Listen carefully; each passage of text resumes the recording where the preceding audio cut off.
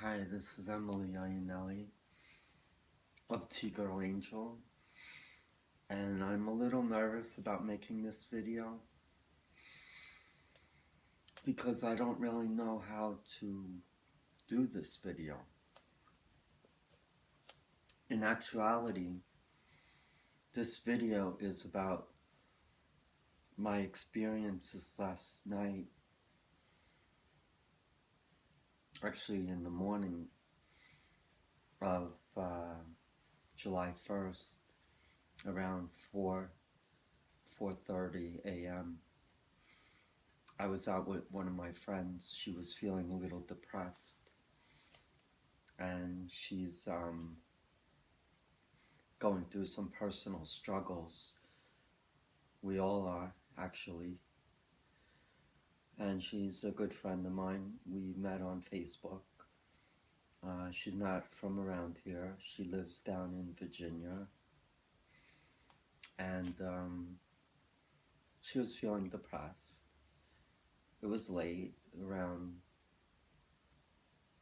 2:30, 2:30, 3 o'clock. And I'm usually up because I like to write and create songs and things, do videos like this for my artist page, T-Girl Angel. And we decided to take a little ride and stop to get something to eat. My original plan was to go to White Castle's in Massapequa,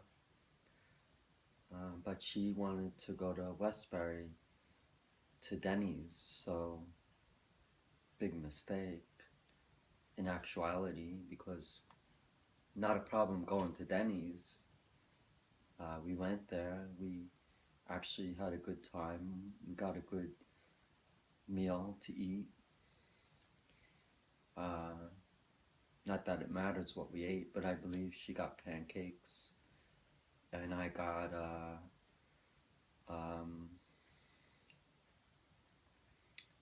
I don't even remember what I got. A fajita, something like that. And no, not a fajita, I'm sorry, a quesadilla.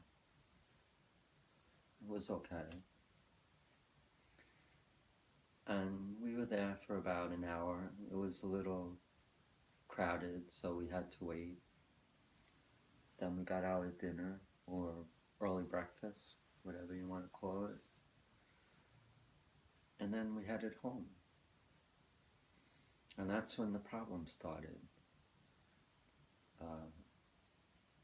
I didn't even realize it, but it seemed that I forgot to use my turn signal at a light on, I believe, Old Country Road in Westbury. And I made my turn and started down the highway to go to the Meadowbrook Parkway to head home. And I came upon a red light and I stopped. And I figured, I've been waiting, still red. There's no restrictions as to turning. So I turned, but I failed to use my blinker, my turn signal. And that's when the problem started. I saw flashing lights behind my car, and I was quite scared because I didn't know what was going on. Then the police officer summoned me to pull over,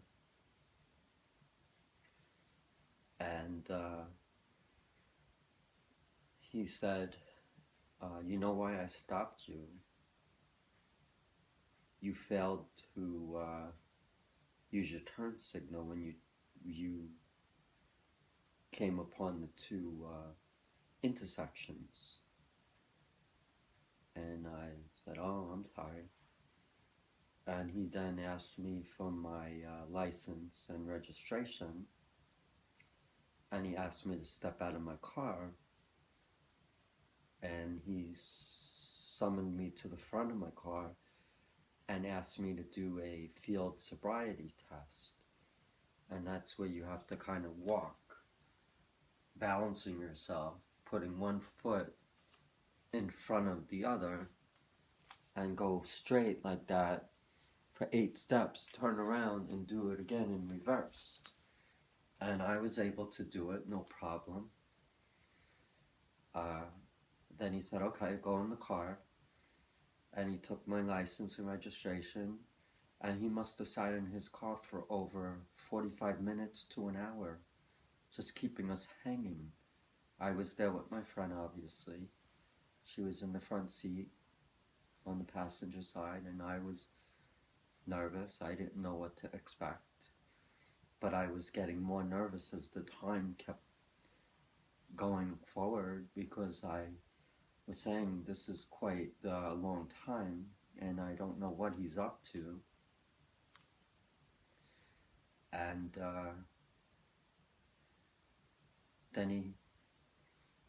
we were also caught in a downpour. It was raining really hard, and we just wanted to get home, you know. It was a long day, and I wanted to go home. And then he came after all the rain had seemed to stop to my car and asked me to step out of my car. Then he asked me to come closer to the sidewalk, and that's when all the fireworks went off, as he forcibly took me behind and secured my hands in handcuffs and said I'm under arrest. And I didn't do anything. My only crime was I didn't use my turn signals at those 2 intersections, and it was in the middle of the night or early morning, and there were no cars around. I'm not making an excuse for not using my turn signals, but I didn't do anything wrong. And I took my prescription medication, which I'm supposed to do, but I've never had problems going out driving with the medication. It does not affect my ability to drive. And this police was insisting that I was impaired. So he handcuffed me and pushed me into the vehicle, his squad car, and then was talking to my friend in my car, and I wasn't sure what the hell was going on. All I knew was I was in handcuffs, sitting in a patrol car, and I was unsure what was going to happen to my car and to my friend. And then this officer, I don't even feel dignified in addressing him as an officer. There are other words I have to address him as, but I will reserve that.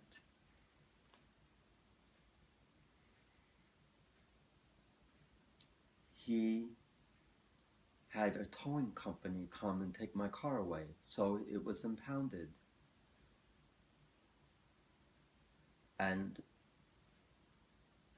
he left my friend in the middle of nowhere. She's from Virginia. She had no clue where she was. She had no one to contact. And I was led away in the squad car to the Westbury, Nassau County 3rd Precinct, the Nassau County Police Department 3rd Precinct in Westbury, where the nightmare continued.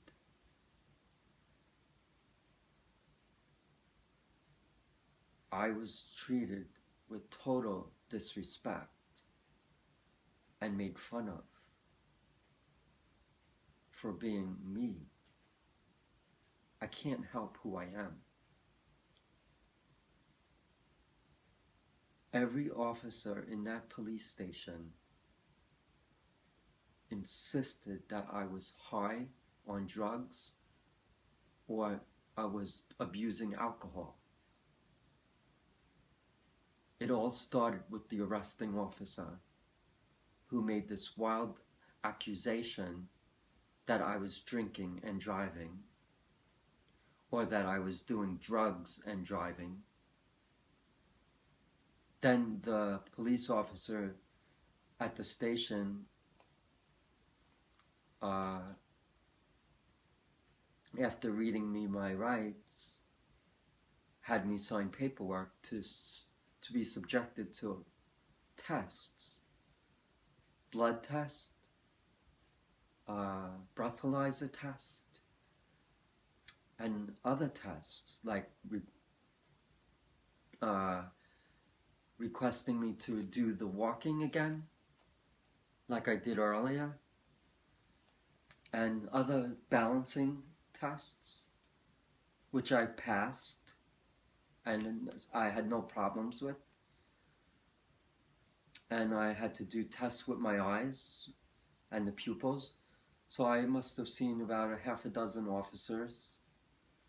I had to do my blood drawing with one officer who didn't know what the hell she was doing. She couldn't draw my blood. She went to look for veins, and she was probing like for almost an hour.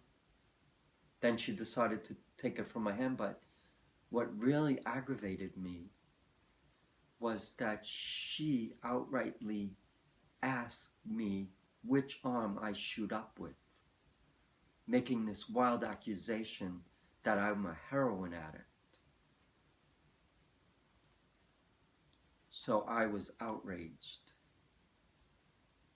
And then the police officer who arrested me was asking me personal questions as to if I was still married and if my wife accepts me for what I am and how she can deal with me and why I changed my gender and how that affects my family and my child. He asked me if I had children, and then he also asked me how it affects him. What is it his business? What does my situation have anything to do with what he needs to know? It's none of his business. And then the officer who did the breathalyzer, who got a 0% reading, still asked me if I drank alcohol earlier. And I just said, what does 0% mean? Doesn't that give you your answer? And he just shrugged it off and said, oh, this is just formality. And I said, well, use your common sense. And then they shackled me to a bench in handcuffs behind my back. And I just got fed up. And the officer insisted on having me admit to drinking. And I just flipped out. And I said, I did not drink. And I never did ever drink. And my father drank and he committed suicide. And I screamed at the top of my lungs, I did not drink. And I never drink. And then I proceeded to bang my head against the wall like this. I was flipping out. And they were trying to control me. And I was just angry as all heck at what they were doing to me. And then the eye examiner, who's checking my pupils, insisted that I was doing drugs and kept on asking me the same questions over and over.